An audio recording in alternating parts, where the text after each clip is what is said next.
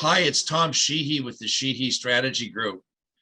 Hey, 2 weeks ago, we talked about Governor Newsom's May revise, where the governor came out and indicated that the budget deficit in the state of California's general fund budget had grown from $22 billion to $33 billion, largely due to less revenue showing up than anticipated. And we talked about some of the difficulties in estimating revenue, given the fact that the Internal Revenue Service has moved the tax collection deadline to October from the usual April 15th date, making it difficult for budget writers. But to further complicate things for Governor Newsom and his Department of Finance, the day after the governor's May revision was released, on May 13th, the Legislative Analyst Office came out and said that while the governor's revenue numbers were plausible, they were unlikely. The analyst has estimated that there's about $11 billion less in revenue than the governor's May revise. That doesn't cause a dollar for dollar increase in the budget deficit because you have to account for constitutional spending requirements.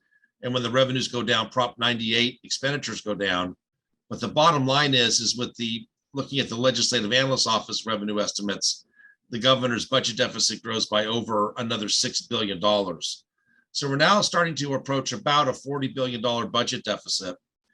And of course, it's unfortunate but true that revenue forecasters are usually behind the curve when we're going into a recession, which means that a $40 billion budget deficit may be the best case scenario.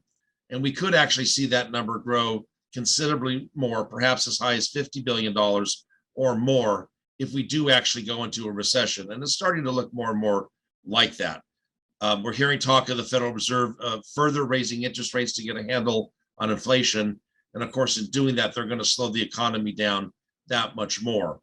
So Governor Newsom has his hands full trying to balance the budget. The legislature doesn't want to cut spending. The governor has said he's not going to sign a tax increase.